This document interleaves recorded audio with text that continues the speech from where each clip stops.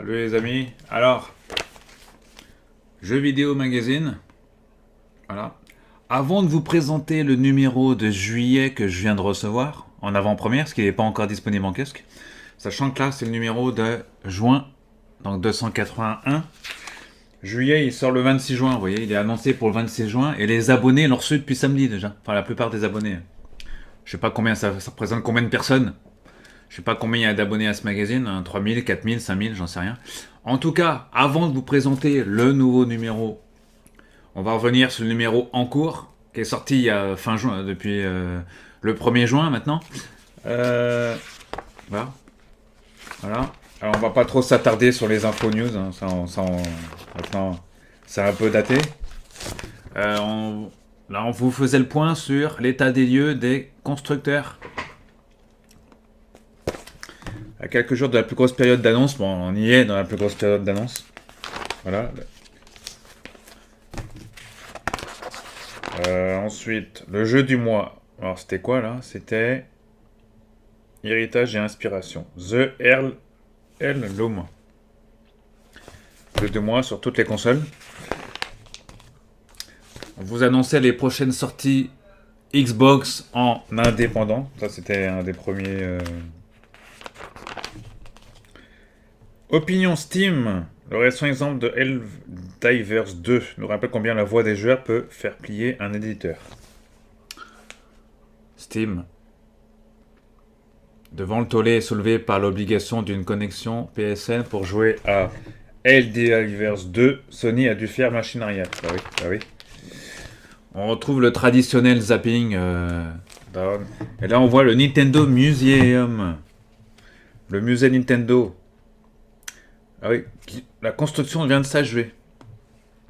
Au Japon, donc préfecture de Kyoto. La ville d'Uji. Si vous allez au Japon.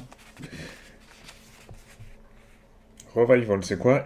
Xbox et Marvel Animation ont fait gagner une série X-Men 97. Ouais. Avec la série qui revient. Ouais. Voilà, les chiffres de mois, bon, ça en passe. 200 millions, c'est quoi? PDG Warner Bros. Discovery, David Zala a imputé la baisse de revenus du premier trimestre 2024 de la division studio par rapport à l'année dernière. L'héritage de Poudlard l'année dernière, 12 millions de jeux vendus en 2 semaines. Et celle décevante de Suicide Squad Kill the Justice League cette année. Cette différence a causé un impact de 200 millions de dollars sur les taxes en gros. Ouais, d'accord. Agenda en passe. Les DLC. Là pour une fois on va passer dessus. Là c'est l'actualité PlayStation Xbox Game Pass. PSN. L'arrivée de Jedi Survivor sur Game Pass, forcément c'est l'Electronic Arts. Voilà, Netflix, bon ça va pas intéresser grand monde. Je sais pas pourquoi ils font Netflix. Accès anticipé. Et la couverture dossier du mois c'était Assassin's Creed Shadow. Ubisoft Against et Katana. Le jeu qui sort le 15 novembre. Ubisoft sur PC, PlayStation 5, Xbox Series. Ça a été dévoilé dans les diverses conférences de l'été. Là, ils ont repris les images. Bon, ils avaient déjà les images avant la conférence. Un dossier intéressant dans ce numéro, c'est celui-ci. Fallout, Mad Max et après. Quels sont les jeux dans la lignée de Fallout? Un jeu un peu fin du monde. Là, il y a Stalker 2. Très attendu pour fans de sur Xbox, exclusivité Xbox et PC. Là, il y a un jeu qui s'appelle Frostpunk 2. Ils en parlent assez fréquemment en jeuxvideo.com dans leurs vidéos. Là. Voilà, les terres désolées des univers post-apocalyptiques ne sont pas toujours arides et ensoleillées. Ouais. On a un jeu qui s'appelle XC Killer. J'avais pas trop entendu parler de ce jeu. Ah, quoi que c'est, les images, ça me dit quelque chose maintenant. En voyant les images. C'est un jeu qui n'est sort que sur PC, apparemment. Pour 2025. Après, on vous parle de Terminator Survivors. Qui était déjà sorti en octobre 2024, hein, déjà. Un jeu de survie en monde ouvert, nanana. Voilà, jeu multijoueur Xbox, PC et PS5 Series. Sachez qu'il est en promo sur Amazon. Je crois qu'il est qu'à 39 euros. Du moins pour la version Xbox. Xbox Series. Ensuite, on a. Ils reviennent sur Metro Awakening. Sur d'autres jeux là. Sword of the Sea. Tout ça, des jeux sortis en 2024. Sword of the Sea n'est pas sorti. À quoi jouer après Fallout? Des jeux post-apo, il y en a beaucoup. Amateur à l'ancienne, fan de RPG, alors ils reviennent là-dessus, vous voyez. Fan de RPG, bon. Fan de conduite, fan de tout, quoi. Voilà, il va prendre un peu de tout, hein. Contrôle, voilà. 2024 réalité virtuelle contre-attaque. Après l'engouement qui a suivi la sortie de l'Oculus Rift en 2016, la réalité virtuelle a peu passé de mode, mais cette année toutes les planètes s'alignent pour un véritable retour de force. Là c'était l'Apple Vision, qui coûte très cher. 3500 $.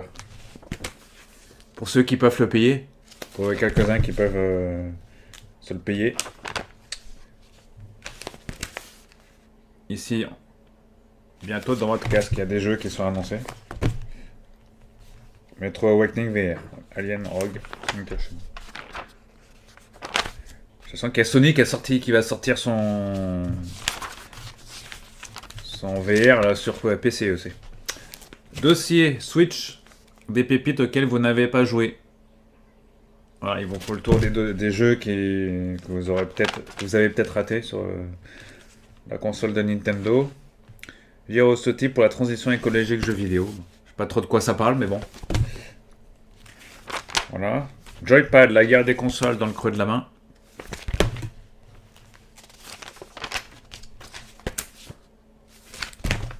Voilà, faut bien trouver des dossiers à remplir dans les magazines. Hein. Hitman. Loin du coup de chance, la transformation de Hitman en jeu épisodique à jeu service et au résultat des choix du design de production pertinent. Ouais, d'accord. Dossier sur Hitman. Voilà, Minecraft évidemment. No Rest for the Week.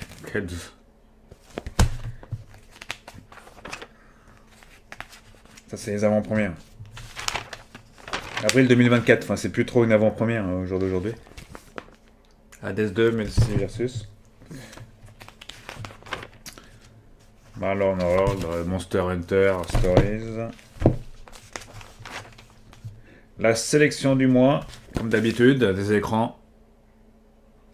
Des écrans, voilà, à divers prix. 500 €. Un 28 pouces. En UHD. Là encore, là en WQHD, en 2560 x 1440. Ah, 450, c'est pas donné. Hein. Légion, 850.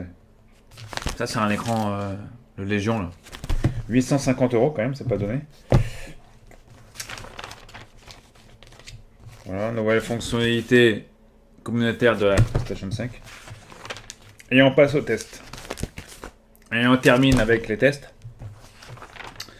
Hellblade 2.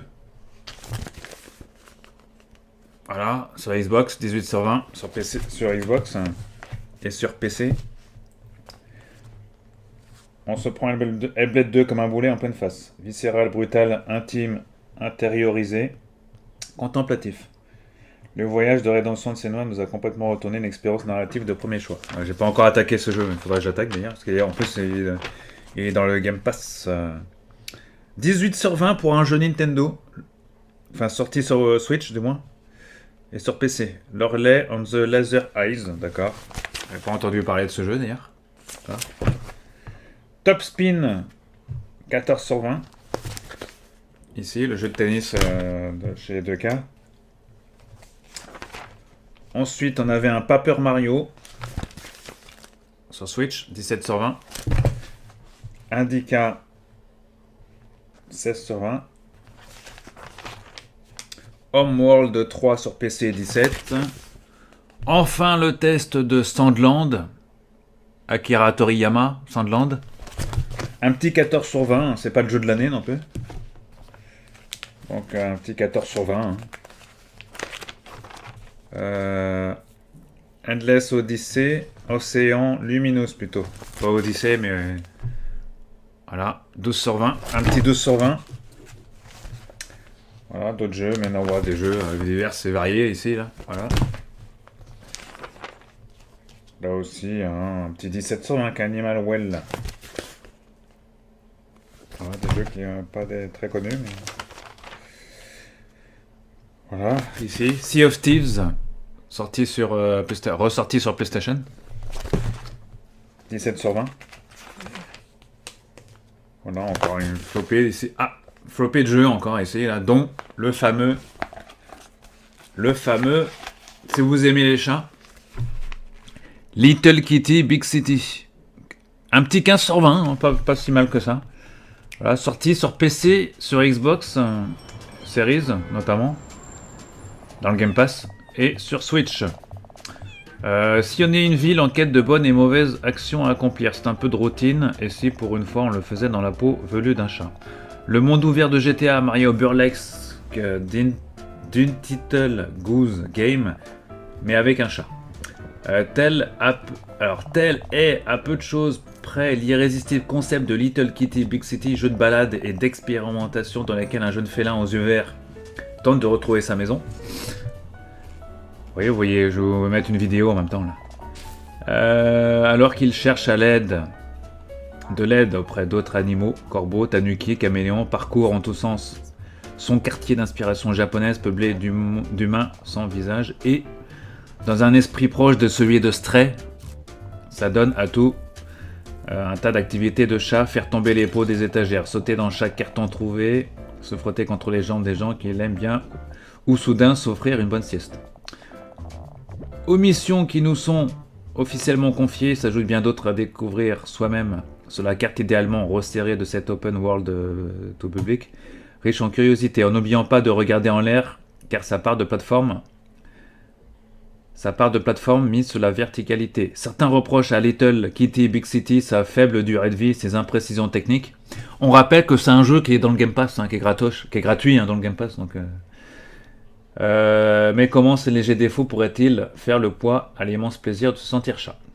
Débordant de charme et de bonnes idées, ce mini GTA-like félin transpose sur le plan ludique la personnalité des chats, ces êtres à la fois si mignons et adeptes démoniaques de la destruction. 15 sur 20. Voilà.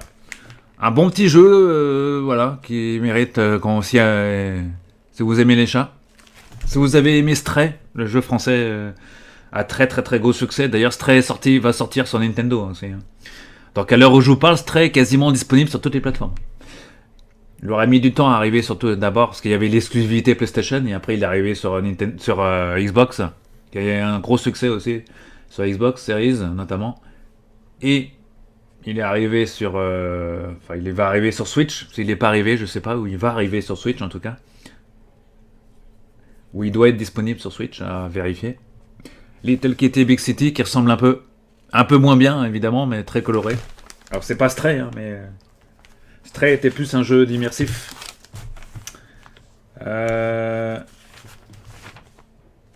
Ensuite, on a d'autres jeux. Voilà, mobile. Bon, je vais pas m'attarder sur les jeux mobiles. Alors, faut-il relancer Final Fantasy XVI? Et voilà. Bon, après, à la fin, un petit placement de produit pour le jeu Nintendo Paper Mario. Voilà, jeu vidéo magazine numéro de juin 281. Avec en couverture Assassin's Creed Shadows sur Ubisoft. Voilà. Allez, on enchaîne. Là, dans pas longtemps, je vous passe le 282e numéro en avant-première de Jeux Vidéo Magazine. À toutes, les amis. Bon jeu.